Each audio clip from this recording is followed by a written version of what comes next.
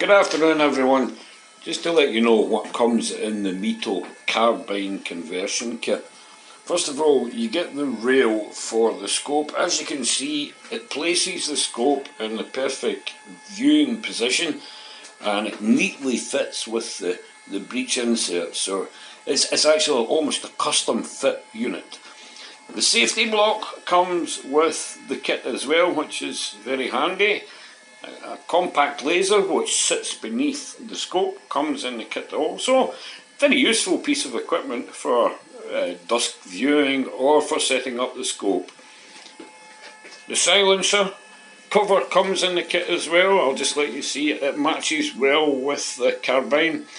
You get the tank adapter, which is this unit here, which is neatly fitted to the shroud. And it also comes with the bipod, which is a button release for the feet, which is ideal. It doubles as a hand grip as well.